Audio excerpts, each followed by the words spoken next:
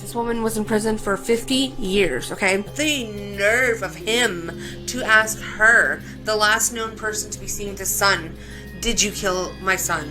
The pretenses behind her attempting to clean any part of this crime scene. She had been accused of killing her husband by way of poisoning him. Yeah, after that I get out, I walk home. That confession was a joke. I mean, he could have said anything. He could have said anything, and there would have been no proof. Every time we see something like this, where it's like, there's no care or like regard, why would you cover for this man and allow him to leave the scene of the crime and act like he was never there? Weezy out of here. Weezy out of here. Worth a couple $100 million, no thousand. This bitch wanna fuck me, but I charge by the hour. My neck and my wrist in the shower. Like, how the fuck you growing up and baby say you childish? I just bought my young bitch up watching, now she wildin', styling, profiling. You bitches can't devour. And I'm Creflo Dollar smiling. We somewhere on that island, vibing. Balls smell like powder. Fuck it, take it to trial. This shit the motherfucking trial. Take this shit to the motherfucking trial. Take this shit to motherfucking trial. Take this shit to motherfucking trial, yeah. Hey guys, what's up? It's your girl Kelly. We're back with another video, and if you are new to this channel and you like true crime stories, news, politics, and so much more, please go ahead and hit that subscribe button for me, guys. I would very much appreciate it. And if you are a returning listener or subscriber, thank you as always for being a friend, guys. Please like the video if you like it, interact, let me know what you feel in the comments about the topic, all that good stuff. I really appreciate it, guys. It does help me out, and I really enjoy seeing what y'all comment and hearing your thoughts about these different cases that we cover. So, I played a little snippet of a video that is ironic now, looking back. You know, we have seen this before. The UNBECOMING case rings a certain bell. That was taken to trial by Young Thug and like another couple rappers, I think Gunna and somebody else, and take it to trial. He did, and that's what we're going to be getting into today. So, we're going to briefly touch on what these charges against Young Thug are. He's got multiple co-defendants. This is out of Atlanta, this case, if you guys haven't heard about it. I'm not really going to delve too deep into it because it's massive. And, like, I don't want to, it's too much to even, like, give attention to.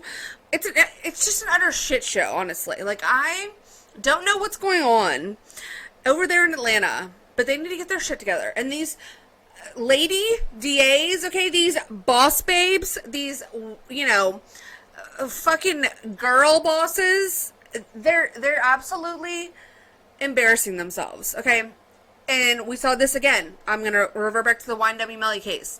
Christine Bradley, removed from the case now as we stand here. And this lady here that you see in the corner of the screen, this Adrienne Love, okay, is her name. First of all, cringe, gay. For a DA Love, okay, girl, you should have done something else. But I'm just saying, she just, I mean, there's been some crazy and very embarrassing and honestly shocking moments that have happened already. So we're going to be getting into a little bit about that, a little bit about the case itself, and then we'll wrap it up, guys. So let me know what y'all think. Preserving, protecting, and enhancing the reputation, power, territory of the enterprise through acts of racketeering activity, including murder. The objectives of the conspiracy included but were not limited to preserving, protecting, and enhancing the reputation, power, territory of the enterprise through acts of racketeering activity, including murder, assault, and threats of violence. You know, I actually can't believe I'm saying this, but we are headed for the start, the actual start of the criminal trial of rapper Young Thug. It's taken months to get to this point with arrests, motions, some co-defendants being dropped from the case, potential jurors behaving badly, and so much more. We're going to bring you up to speed on everything we know so far that has happened leading up to this trial, the trial against Young Thug, as opening statements are expected November 27th. All right, going back to May 9th, 2022, Young Thug, whose real name is Jeffrey Lamar Williams, was arrested in Atlanta on gang-related charges. He and fellow rapper Gunna, real name Sergio Kitchens, were just two of 28 people charged under Georgia's Rico or Racketeering Act. All the defendants are connected to record label and rap collective YSL, or Young Stoner Life Records. Now, prosecutors say that YSL is really Young Slime Life, that in addition to creating music and releasing albums, it is an illegal gang that was involved in criminal activity, and that Young Thug is basically the ringleader of this enterprise. In fact, in the original 88-page grand jury indictment, it lays out 182 instances of this criminal conspiracy, like murder, armed robbery, aggravated assault, drug dealing, these kind of overt acts. And it's been reported that Young Thug is implicated in 36 of these overt acts, including being involved in the rental of a car for a murder, and Gunna reportedly implicated in 10 of these instances. Now, once booked into jail, both Young Thug and Gunna, they were denied bond multiple times. A pre-recorded message from Young Thug in jail was aired not long after his arrest at Hot 97 Summer Jam in June of 2022. And in the message, Young Thug says that he is being targeted for his art. This isn't just about me or what I feel. I always use my music as a form of artistic expression. And now I see that black artists, rappers, don't have that in the breed.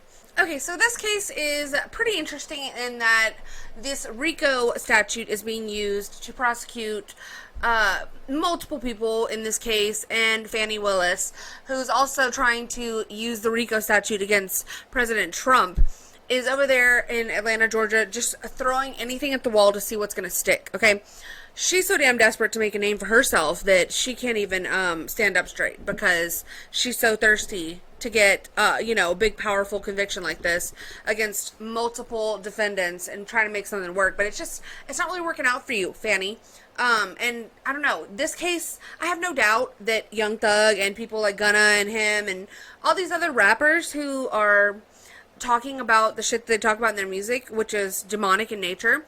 And, I'm guilty of listening to it also. Like, I still like rap music to this day, but I'm just saying, it's not a good form of music and it's only gone down the drain as the years have gone by. But I think that they're using these people as scapegoats. And I think that this case, to try to allege that this gang of guys, this group of guys, whatever, is like its own criminal enterprise, that to me is just kind of bullshit. And I think that they're targeting certain groups of people that they look at as easy targets, and because they put it in their music quite literally, they talk about this sort of stuff and openly commit crime still, even after they acquire money and power and fame and all of this, that they make themselves easy targets.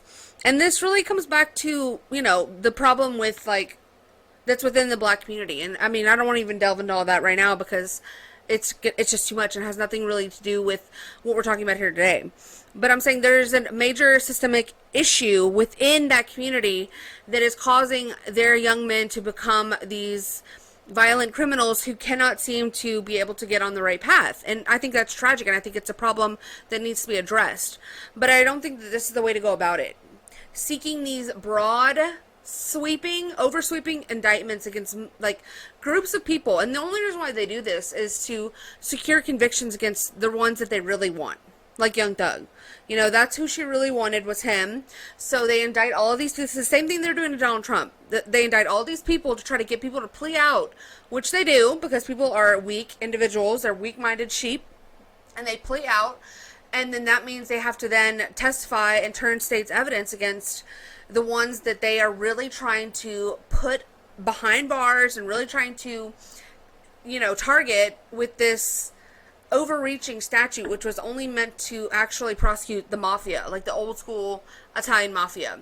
So I've never been a fan of this Rico statute being used in this way in any circumstance. I don't think it should. If anything, why not go after the Bloods? Because Young Thug and a lot of these artists and shit, they're either it's not YSL. That's not a gang. That's a subsection of a bigger gang, which we all know exists in this country or whatever. I don't know. It's like Bloods versus Crips. It's been a thing since a long ass time. I don't even know how long. I don't know the history of that, those two gangs. But I'm just saying, if you're really going to do something, why not go after that? I mean, in comparison to the scope of how many people identify as being either a Blood or a Crip, I mean, YSL, which, I think had multiple meanings, is insignificant, really. Go after the big kahunas. Go after the whole entire Blood gang. I mean, why not? Fannie, are you scared? So, I don't know. I mean, obviously, I think there's some legit charges here, and I think that those people should have been charged individually. I hate this whole group trial and this indict 11 people, indicting 30 people at a time to try to see who they can get to break and turn against everyone else. I think that's just a disgusting tactic, and it's it's lazy, and it's, to me, a technique used by lazy prosecutors like Fannie Willis to try to get the defendants, the co-defendants, to do the job for them. And I think that that's bullshit. So let's look at some of the moments, guys, that happened during the first few days at trial. It's already been an absolute and utter shit show, okay? So much has gone on. First of all, this jury selecting process took, from what I understand, I think I'm remembering this correctly, but it took 11 months, okay? 11 months. This was the longest jury selection process in Georgia history, okay? It was so extensive. I think they, like, interviewed over 2,000 potential jurors. They have just really done the most with this whole entire process of trying to prosecute this as a Rico case. And it seems like it's all about to fall apart at the seams from day one of the trial beginning. So let's look into some of the opening statements that really kind of went viral. And that kind of, just to make you have to scratch your head and just say, what is this absolute and utter shit show that we're watching, okay?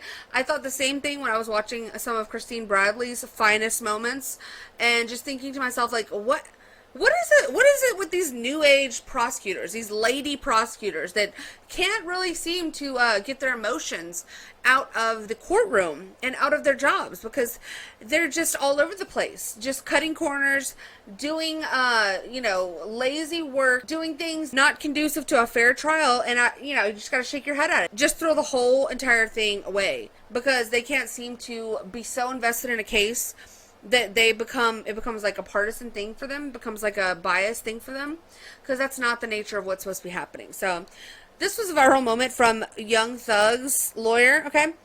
And he's going to tell you guys, and if you're familiar with Young Thug, you'll get a tickle out of this just as I did, because he's got an explanation for what the meaning of Young Thug's stage name actually was, okay?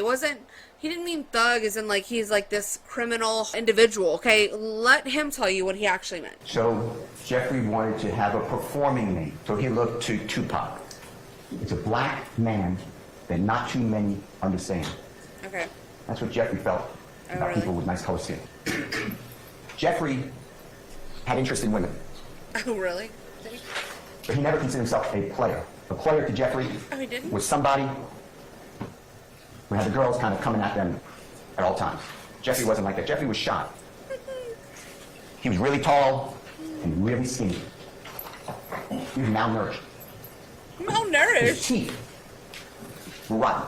Ew, gross. There's no money to go to a dentist. What the fuck? Brush your And all the teeth. sugar Hello? from the candy that he ate to keep substance in his Oh, body. my God. Right his teeth. So Jeffrey would speak by covering his teeth with his lips, or often speak like this with his hand or his arm over his teeth, because he had low self-esteem. He was made fun of and bullied growing up. And he became a performer, Young Thug, and from that day forward, he insisted everybody call him Young Thug. On every type of tweet, Facebook, social media of any kind, on any records, he refers to himself as Young Thug. And that fit in to the appearance of the gangster rap, because most people think about a thug as a criminal. Tell us what But it to is. Jeffrey, thug had a different meaning. Oh, really? Now, some of you read books about Tupac and what it Some meant of to you be read thug books. life. Thug life, the hate you give little infants, Fs, everyone. Meaning discrimination and racism hurts all of us. We teach that to our kids. That was not what thug meant to Jeffrey. Thug meant and means to Jeffrey something Can you hurry? very personal. Oh, my God. It was his path that he could ever make it as a musical artist and help his family, himself, and his many others out of this endless cycle Oh, is that right? of hopelessness. He would be truly humble under God. That's what thug means. Oh, really? Okay, girl. So he's full of shit, okay? Absolutely gaslighting that entire jury, okay? For one, and me. I'm offended personally, because, sir, absolutely not. You're a damn liar. He didn't do none of that, what you just talked about, okay? Maybe the not brushing his teeth thing. I guess I believe that. But, I mean, hello? Like, what do you mean he got everyone? He was still committing crimes. He got so much money that he didn't know what to do with. He had massive amounts of fame, adoring fans, and all of it. And he still was involved in street life and doing illegal activities. Okay? He wasn't trying to get anybody about anything. He was still up in the bullshit just as everyone else was. I mean, it's just ridiculous. And most of the jury is black, at least from what we could see, because funny story, crazy development, one of the media courtroom camera operators ended up showing the damn jury on live TV. Hello? Hello? I mean, what is this? What is this? Who are those? Like, what? I mean, have you guys ever? Like, have you literally ever? I mean, I'm flabbergasted. And the fact that the judge still has yet to call a mistrial, okay? And I'm going to show you guys some more of fuck-ups that the prosecutor did. But she completely bungled her opening statement and tried to shift the burden of proof onto the defendants, which is, like, totally not allowed. I mean, it's, like, against your constitutional rights, okay? You have the right to be seen as innocent, not guilty, until proven to be guilty. And she, during her opening statement, alluded to the fact that the defendants were not going to prove this, which is a big no-no, okay? So it's been just absolute shenanigans, absolute incompetence all over this trial, all over the courthouse, all over this, process. And the judge, he's clearly pissed off. Like, he has been visibly angry throughout all of this, but has yet to declare a mistrial. And I think it's fascinating. I don't know how they're going to continue on with this. This trial is supposed to last for like 6 months. How? So let's look at a few more moments. Okay, so here is the a portion of this DA, her opening statement. And this tweet was from this fucking Megan Cuniff, who I don't like this lady, but whatever. She's a mainstream media journalist who covers this sort of thing. And even she said, my jaw actually dropped when the DA said this in her opening during the Young Thug trial. This is the kind of burden shifting that leads to convictions being overturned. And if he does ever get convicted of this, if this trial ever does actually come to complete and full fruition, I mean, I highly doubt that it will stick, because how can it? I mean, YNW Melly, he was able to avoid being found guilty in his first trial because of the incompetence of the DA, and I truly believe that these people are on the same path. What you will not hear any evidence of is that the defendants were not involved in a criminal street gang. Yeah, I believe. You will not hear any evidence that they did not commit crimes on behalf of YSL. And as I stated to you earlier, what I'm saying to you now, this is let me object to that statement, please, as burden shifting. Object basis? Burden shifting, and under Parker versus the state at 277. Why don't we take that up and 39. I'll note your objection. I'm sustaining the objection. Why don't you rephrase, madam? Oh, what a dumb hoe. Just rephrase it. Ladies and gentlemen, I'm going to explain to you at the appropriate time, ladies and gentlemen, what the burden is in this case. Remember what I told you earlier, that the burden never shifts to the defendants to prove or certain innocence, they're presumed innocent, and it's only until you hear evidence that you decide is sufficient, and I'll instruct you on how you're supposed to do that at a later point in time, okay? And she's just nodding away. Girl, you said it! the evidence will show that YSL. Yeah, that's what you're supposed to say. The evidence will show. Not what you will not see is the evidence. That's not for you to decide, okay? Hello? I mean, just what is going on over there? I mean, can we just all have a meeting and just agree to send the women away for a while until they can get their bearings and find some competent ones at least? I mean, let society tell you, and you all need to shut up because a black woman's speaking, but She's totally out of turn, out of pocket, and she's gonna get this whole entire trial that they have spent the better part of a year on to just completely dissolve into thin air. And I would find that to be kind of hilarious. I'm not gonna lie. Not gonna lie to you. So let's look at some of the other moments from this absolute disaster. You said that you would do it later as it came Okay, up. well, here's the thing. Later is now. I got a jury in the box, so you could have... Did I have a rule on that issue? You said that you would do it later as it came Okay, up. well, here's the thing. Later is now. I got a jury in the box, so you could have asked me that an hour. I mean, we had time this morning. I could have gone through that this morning and made clarity on it for both sides. So I wish that the court would just follow their own instruction. Well, I'll follow my instructions when you all bring to my attention what you need to in a timely manner. Day one of the Young Thug criminal trial was smooth sailing. Went off without a hitch. I'm just kidding. It was a bit of a mess. We're going to dive into 7 developments from the start of this major Rico case. Welcome to Sidebar, presented by Law and Crime. I'm Jesse Weber. Well, folks, we are finally here. The first day in the Young Thug Rico trial out in Georgia. Pretty unbelievable, right? I mean, almost a year nice of sweater, jury selection. Jesse. We did a sidebar previously about all the twists and turns in this case. The jurors, the attorneys, the defendants, all getting in trouble with the court. 9 defendants took plea deals. Look 1 at defendant this. still Look on the at run. this. 12 defendants' cases were severed from the rest. And after all of this, Look this at this trial shit. has now begun for 6 defendants. And that includes rapper Young Thug, real name Jeffrey Lamar Williams. Now, he and his co-defendants are charged under Georgia's RICO, or Racketeering Act, namely that they are all part of this criminal enterprise, that they're engaged in murder, robbery, assault, and so forth. my God. Young Thug himself, he faces 8 charges, and he is considered by prosecutors to be the leader of this criminal enterprise. And according to prosecutors, that criminal enterprise, or gang, is known as YSL, or Young Slime Life. Now, the prosecutors allege that Young Thug started YSL back in 2012. It's also known as Young Stoner Life and is the name of the artist's music label. But now we are in day 1. Actually, I should tell you, we started an hour late because a juror had car trouble. But as you'll see, that wasn't the only delay in court. Oh, no. And the start of The juror had car troubles. Okay, a black person being late. Wow, shocking. this trial, what do we always have? We have opening Kidding. statements, right? The opportunity for Kidding. each side to lay out their case for the jury. It is Came kinda after funny, the judge though. provided jury instructions. Okay, so let's start this up, and of course, we're going to start with the prosecution. Their burden, it's their case. So we hear from Fulton County Chief Deputy District Attorney Adrian Love. And I got to first highlight how she started off her opening statement with a poem. Now, this is the law of the jungle, as old and as true as the sky.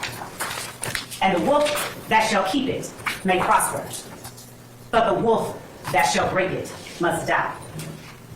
As the creeper that girdles the tree trunk, the law running forward and back.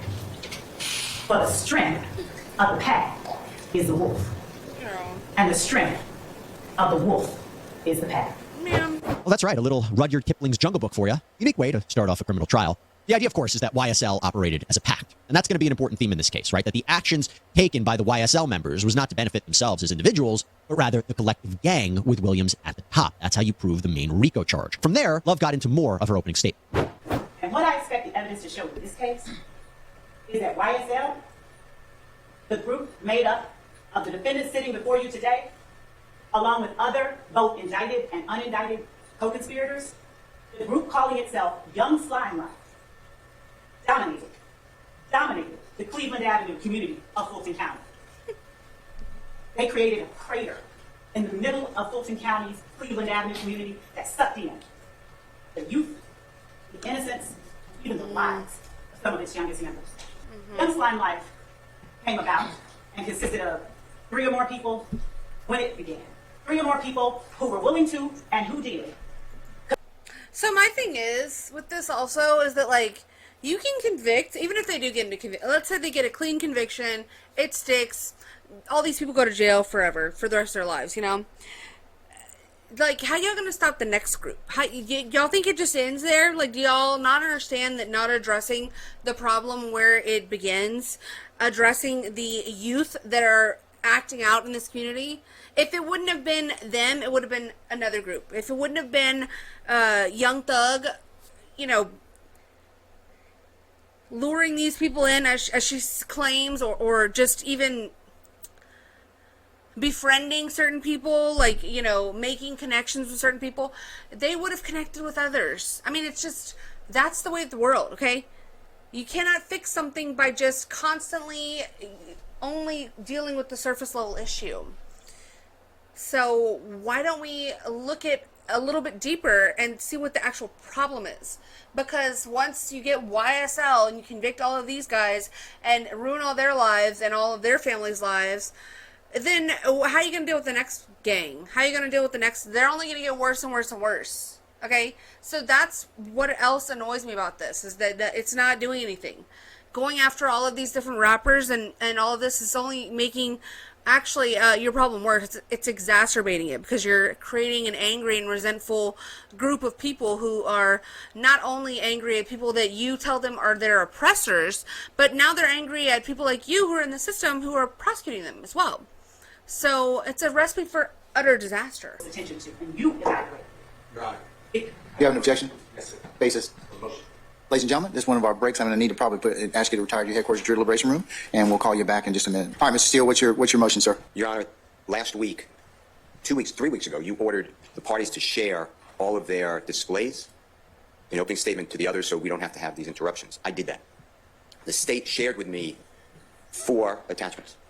That's all they had. That's what I got. What you just saw on your screen, if you don't remember, I'll ask the state to put it up, and I asked for it to be marked as exhibit, is what you already excluded. It states that Mr. Ryan was convicted of murder, and I represent the co-defendant who's not on trial on the appeal. How did that not get sent to me so I could bring it to the Ensemble Court's attention? 1. And 2, how do we just violate court orders? So, yes, I have a serious motion for a mistrial because it's intentional misconduct. Yeah, okay, so Brian Steele, who represents Young Thug, Mr. Williams, says Love just showed slides that he never saw, and there was something in her slide that wasn't supposed to be in there. Namely, that he's representing Rodalius Ryan in another case. I mean, is it not giving Christine Bradley? What a shit show. How are you presenting something in a trial that you have not given to the defense? I mean, that is just like rookie mistakes. I just cannot understand that, and like the burden shifting to me is mind-boggling. That this is an actual woman who was put in charge of a case this big, with this much press and publicity. She was put in charge and is making those kind of mistakes. I mean, what is going on? Fulton County, are you okay? Do you need help? Blink twice. Case, the jury shouldn't have seen that. Says this is grounds for a mistrial. The jury can't unsee what they saw. Well, Judge Earl Glanville, he denied the motion, and he said, look, I'll provide an instruction to the jury that will correct the record. Seems fine, right? Not so simple. Because then other defense attorneys stood up and said they noticed there were mistakes in the state's PowerPoint. All right, Mr. Matthews? Yes, Your Honor. I just wanted to I'd like to direct the state's attention to slide 15. Slide 15 of the third bullet point. Number 2, the quote in the indictment is different from the quote in the article. So that's 2 errors in slide 15. Oh my God. In the state's opening presentation, the date they have is October 1, 2020. But in the indictment, that particular overt act is November 16, 2020. So that's a third error in the state's opening slide presentation. So those are correct mirror the indictment. On behalf of Mr. Stillwell, slide number 47. Oh my God, not another one. Suggests that Mr. Stillwell is still committing crimes on behalf of the gang, even after being indicted on these charges. And my understanding was that anything that you had not ruled upon, we were not supposed to reference or discuss in opening statements. So those are clear references to unindicted charges that we did not get a ruling on its admissibility yet. Do I have any further objection, or are there any further objections to the state's PowerPoint? Your Honor, I was unaware that there were changes. I apologize. No one told me that and gave me an email to that or text. I told you all to do that during lunch. That was my last conversation with you all before I went ahead and broke for lunch. You know, you all don't listen to the court, and it's going to get you all in a lot of hot water. Oh, you need to listen to me when I tell you something, and don't rely upon your own understanding. These jurors are waiting back there. We are dallying out here. So, you didn't follow my instructions, Mr. Steele. I mean, this is just stupid. This is a circus. This is actually a circus. How are these people supposed to look out for their clients individually? You know, all these damn lawyers in this courtroom, okay? And they all probably hold a different understanding of the motions and all of the decisions that are coming down in this trial. How is the judge supposed to keep any sort of order within this courtroom that is his domain? I mean, it's just like, this is why there shouldn't be this sort of prosecution happening when we have the justice system that we have now, because it does not present itself in a fair way, and to me it's not conducive to giving someone a fair trial. I mean, I get that it might save some time by like tying all these people in, and like I said, it's a way, in my opinion, of the prosecution having co-defendants do their job for them, so they know they don't have enough They have just enough to be able to get a grand jury to agree to an indictment. And once they have the indictment, then they can put pressure on the co-defendants, and the weak links in the chain, they will put even more pressure on those people until they break and they sign for a plea deal, and then those people are then used to corroborate all of the charges in the indictment. And they're basically put on the stand to agree with the prosecution in exchange for some lighter sentence. It's just, the whole system is absolutely disgusting to me. I just don't, I don't know. That part of the whole entire process is just very sketchy to me. And I think that in cases like drug cases, that type of thing shouldn't even be allowed. Y'all need to get y'all's evidence. Go prove your cases. Go investigate your shit. Like, what is going on? People are unreliable, and you cannot depend on criminals, like fellow criminals, to carry your entire case on their backs. And that is your quote-unquote proof in order to secure a conviction where somebody might go to jail for the rest of their life. And I'm not saying they're innocent, because they're probably all guilty as fuck of doing all the things that they're saying. But prove it. You know? That's my thing. Financial, the Sherry, we're already behind to begin with. Any further objections? And in slide 10 and 13, they misquoted the Instagram post. They misquoted it? Yes, they did. It says, I bet YSL make the news tonight. That's not what the Instagram post says. Your Honor, we actually copied the Instagram post into slides 10 and 13. And it does not say tonight. I'm sorry, okay. Oh, look at this guy! Oh boy. So Judge Glanville, clearly upset. The jurors are waiting. Judge Glanville actually said at one point that one of the attorneys was hijacking his bench by bringing up an issue at the 11th hour. You have the various defense attorneys. They're saying they didn't get the appropriate copies of the state's presentation. But they also didn't apparently follow the judge's instructions on how to review the state's PowerPoint for any issues during the court break. He's gonna have a fucking there were heart apparently attack. mistakes in the presentation to begin with. So at one point, Judge Glanville gets so fed up, he threatens that no one now can use PowerPoints in their opening statements. But defense attorneys are like, we did nothing wrong. We sent our PowerPoints over to the state well in advance, and we need them. We're not prepared. So finally, in the end, the judge did allow edited, redacted versions of the slides and PowerPoints. And after over 2 hours, the jury finally came back in to hear the continuation of the opening statements. This is day one, folks. Okay, my opinion, just a mess. Just a mess. Not unexpected when you're dealing, though, with 6 defendants, multiple charges, Rico, over 100 overt acts. This trial is scheduled to last 3 to 6 months. Could it be longer? I don't know. Well, let's go back to Prosecutor Love. So she continues on with her opening statement after this very long break. And here is where she focuses again on the leader of this alleged criminal enterprise, Jeffrey Williams, or Young Thug. The evidence is going to show that the defendant Jeffrey Williams' words and actions also betray his participation in the conspiracy. He rented a car, which happened to be a silver Infiniti sedan, that other YSL members, among them Demonte Kendrick and Shannon Stillwell, used when they openly and notoriously gunned down Donnie Thomas on January the 10th of 2015. I expect yet another YSL associate will come in here and tell you. In day one of the Young Thug Rico trial, she moves on to this controversial piece of evidence in this case, rap lyrics, specifically Williams and co-defendant Demonte Kendrick's lyrics, to be precise. Now, the judge previously ruled that 17 sets of lyrics can be used as evidence. Now, this didn't come without a lot of blowback from First Amendment advocates and defense attorneys. Does this stifle or violate someone's freedom of speech and artistic expression? It's a fair question. I mean, there's already been criticism that rap lyrics in general are predominantly used against black defendants in trials. But Fulton County DA Fonnie Willis, who is overseeing this prosecution. To be fair, they're the only ones stupid enough to put their crimes into songs, okay? Let's not forget that. I mean, that is, yes, I don't agree with it. I think that it is a violation, absolutely, of the First Amendment, but how about stop putting your damn crimes on TikTok, Instagram, your song lyrics, and every other platform that you exist on. Stop breaking the law, asshole! Maybe that, you know.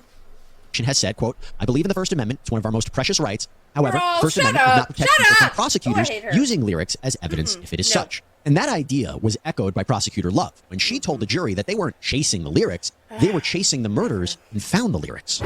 Lyrics that have an uncanny similarity to very true and very real and quite specific events, as the evidence will show. Jeffrey Williams' words that he promotes through songs with beats behind them, they aren't random. He tells you, as the evidence will show, take this to trial. I rep my life for real. For slimes, you know I kill. Trial, I done beat it twice. Kendrick, I'm undefeated, like feds came and snatched me. I don't know, no point in asking. I was on what? Believe it. Ma'am? Stuck like a magnet. I shoot at your man, you need to stand down. I up my stamina, take it to trial. get an appeal, take it to trial. Oh my God. Yeah, you gonna whack them. Pay for that casket. That's just if we whack them. My young pull it up. Bentleys, Aston Martins, rares and Teslas, strap with an FN. You're gonna hear a lot about FNs. Watch me whack that. Top them like assist. Glock with the assist. Incidentally, the gun at the home of Jeffrey Williams on May of 2022 that had been modified with that switch, it was a Glock. He tells you, we committing them crimes. Hop out and shoot. Roll one up for the gang. He's not using gang colloquially. We commit them crimes. He's telling you they are a gang. Okay, so again, that's part of the prosecution's opening statement. So as you can see, just not too great. It's not going great all around. Really not good. Really not good. Okay, and it doesn't end there. There's a few more clips I was going to show you guys, and then we'll get on out of here. But I mean, let me know if you want me to cover more of this trial in the comments down below. If you guys are interested, I will do another video on it. But it's just so much, and like as you can see now from just what we've looked at so far, I mean, imagine like having to go through this process. I would literally kill myself, like having to hear 6 different sets of attorneys every single time that there's a new witness. Every single time, them each taking their turns, either objecting, cross-examining, you know, doing the job of a defense attorney 6 times over. And then there's the prosecutor who has to handle taking on 6 different defendants and their attorneys. So it's like, it's just absolute it's just madness, okay? So this was real fucking cute from the judge, okay? Another just clown element that we can add to this trial, okay? The judge made a little announcement, okay, about his, well, you'll see in a second, but I just want to comment first on this earring, okay, that we see here in this ear of his. This is the earring of a gangster, okay? This is the earring of a, I know because I know one. I know the type that wears these earrings, okay? I know them very well. And no self-respecting non-criminal, doesn't have a past, or doesn't want to be some sort of thug, would wear an earring like this. I mean, sir, can you just get a nice stud or something? If you've got to wear an earring in your ear as a grown-ass man who's a judge, why not just keep it a little classier than that? He's got this big-ass, I don't even know what shape, I mean, this is the shape of a gangster, okay?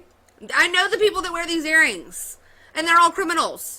I was just like, that was one of the first things I noticed. I was like, what is this goddamn ear? Either he was a hoodlum whenever he was younger, or he wanted to be one, and that is problematic for me too, because I'm like, sir, can you tell me about your earring? And I think he's only got it in one ear, I think, which is another sussed out problem for me. So I had all kind of issues, guys. These are just things I'm noticing, but here he's making an announcement to everyone in the courtroom about his, well, I'll let him tell you.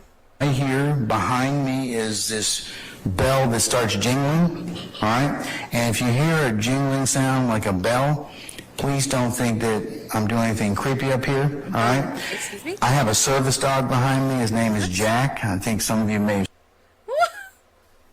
What? I'm sorry, that you're doing anything creepy? Like what? Like what, sir? Like jerking it? What are you insinuating? Are you trying to be funny? I don't like that. I don't like that. The judge is real jokey. He's real, he thinks he's, I don't know who he thinks he is. I guess he thinks he's Sinbad with this damn earring in his ear. But what do you mean creepy? Like, what would people think that you're doing when they hear a bell? Why not just, like, keep it serious and put a little respect on this trial that you claim to want? And just say, hey, guys, I have a service dog over here, and, you know, just don't be alarmed. He's here, and you guys are, I'm informing you now, and the end, period. And move on. But no, he's got to make this whole speech, okay, this whole little stand-up routine that he does about his dog. You've seen him already. He lives the best life ever. He's That's great. pampered. Wow. He's really, and amazing story. He is a Labrador Retriever. He's about almost 2.5, 3 years old at this point in time. So, but if you hear that bell, that's him moving around. All right. Wow. He doesn't bark. He rarely gets interested in what's going on. So he might come up here and look. So fascinating. But that's about it.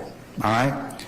don't bring him any food either, okay? All right? He is spoiled rotten. So please don't try and throw any food back here behind me or anything like that. He doesn't need anything else, okay? But if you hear that bell, hear that sound, that's what's going on behind me, and he'll get up when we have breaks and whatever else. So, but that's it. You hear the bell, that's Jack.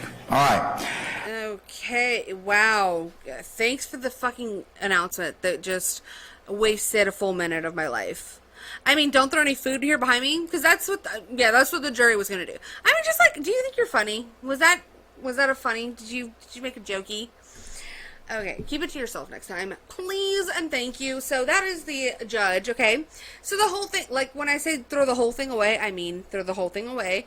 It's all a joke. Most unserious Rico trial in history. Only in the city of Atlanta. And then look at this. I told you guys, judge got VVS earrings on too. That he is a cold-blooded killer, that judge. I don't know that. That's allegedly. I'm just joking, but these people know. These people do know. This shit getting weird. He said, yeah, bruh, coming home. Why does the dog matter? Oh my god. Somebody said, what's his real voice sound like? That's my point, exactly. Because I know not. I can tell by that earring, that's not how you talk. Okay, he probably gets in his car at the end of the day, and it's like, bye, Karen, I'll see you later, guys. You all have a great day, you know. Catch you in court tomorrow. Me and Jack are heading home. And he probably gets in his fucking car, and probably puts on Young Thug, Take It to Trial, and bumps that shit, okay? Guaranteed. Guaranteed, guys, because I know not. So just a couple more things that we'll look at that were just kind of just another element to the circus. They were just very funny. This moment in general, really, it makes me just get the warm and fuzzies, because this woman is such a disaster that I think it's hilarious. So she's cross-examining. They finally get to a witness, okay? And this is how this exchange went. Without saying what he said, yes or no, did Mr. Williams indicate that he knew the gun was in the car? Without saying what was said. No. Look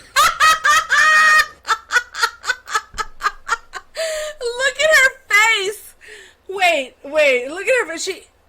That black woman almost came out of her in this moment. She almost went full Shaniqua on him. Wait, just look at her face when he says a no. Okay. No. Are you certain? You sure about that? You sure about that? That's why?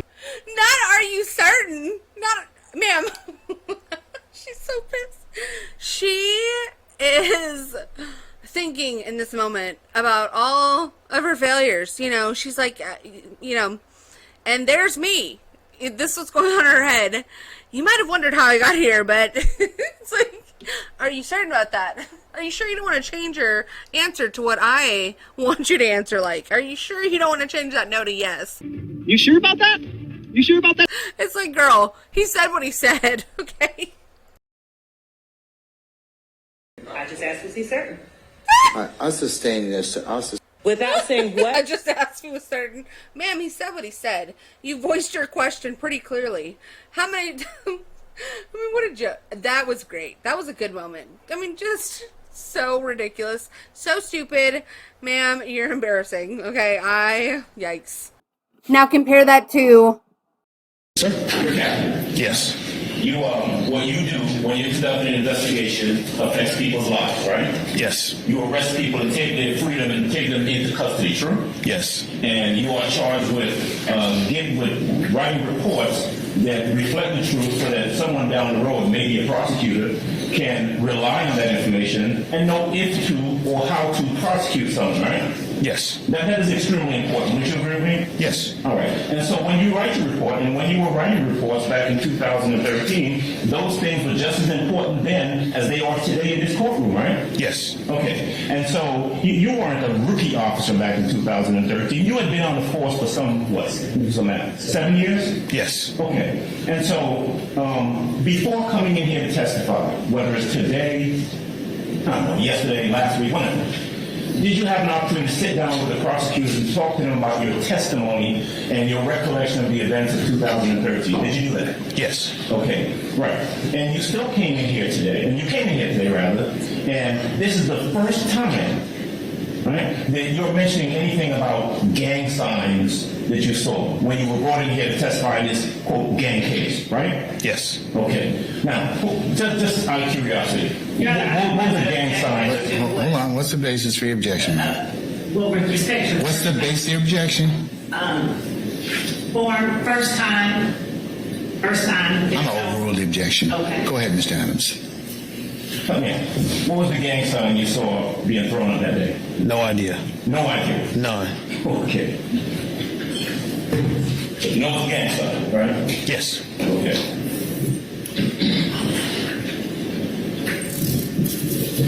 You said something while I wanted to touch on real quick.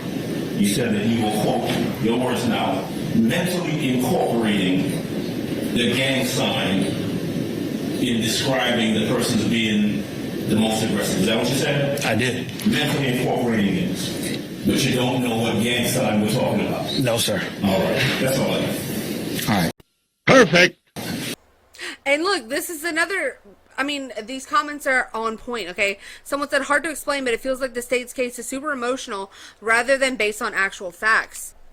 And I'm responding, it's because a woman is the one prosecuting it, so it's 100% emotional. Same thing happened in the YNW Miller case, also tried by a woman who was then removed because she let her emotions get in the way of being an unbiased advocate of the court. And therein lies the problem. So, these people agree with me. I mean, Twitter agrees with me, as usual. So, the last thing we're going to look at is this moment right here. Young Thug, what are you doing, sir? Hello?